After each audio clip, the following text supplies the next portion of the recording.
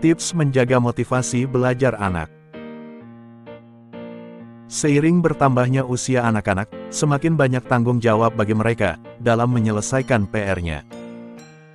Meskipun penting bagi orang tua untuk mengambil peran aktif dalam memastikan bahwa anak mereka menyelesaikan PR-nya, namun penting juga untuk tidak memaksa anak Anda melakukannya.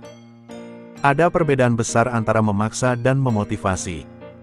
Mendorong anak Anda untuk menemukan motivasi dengan cara yang positif sangatlah penting dalam membangun kebiasaan yang bertahan lama.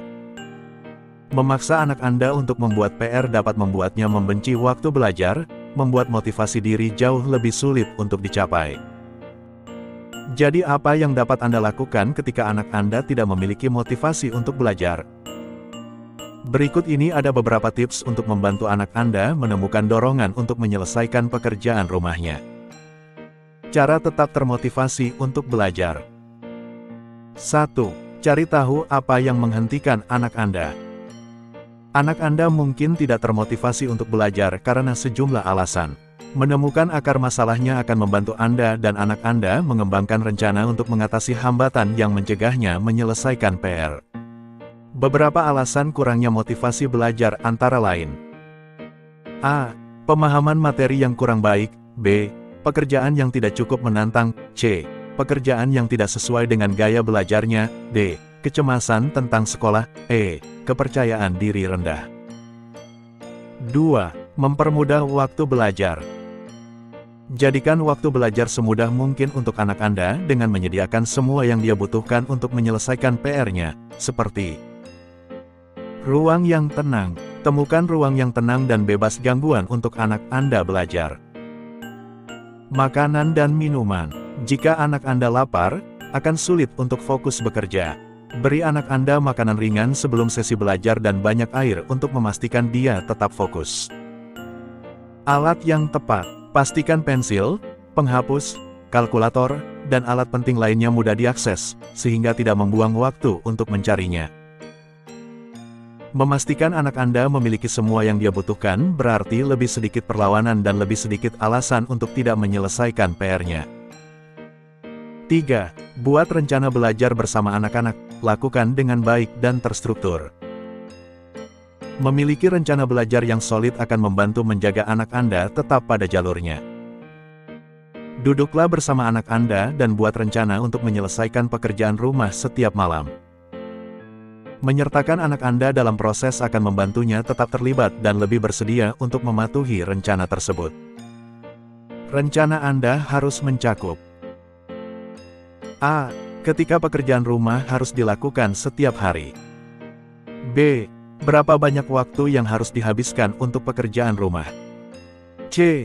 Seberapa sering istirahat dan berapa lama. D.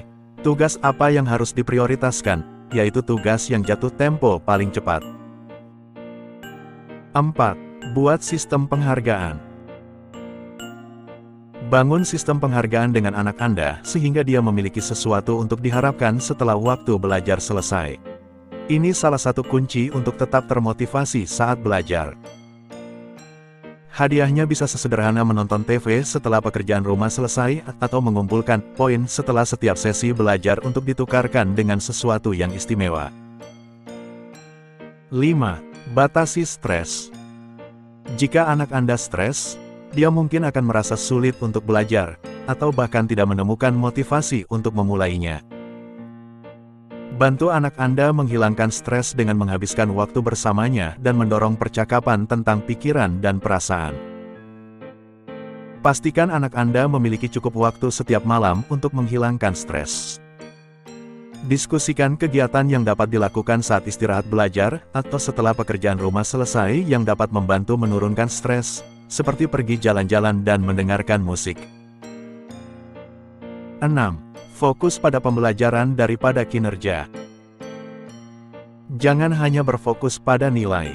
Utamakan pencapaian yang berkaitan dengan pembelajaran, baik besar maupun kecil. Contohnya, saat anak Anda berhasil memecahkan soal matematika yang rumit, atau saat dia selesai menulis draft pertama esai. Saat mengalihkan fokus ke belajar, anak Anda dapat menemukan lebih banyak kesenangan dalam menyelesaikan pekerjaan. Ini membantu meningkatkan motivasi. 7.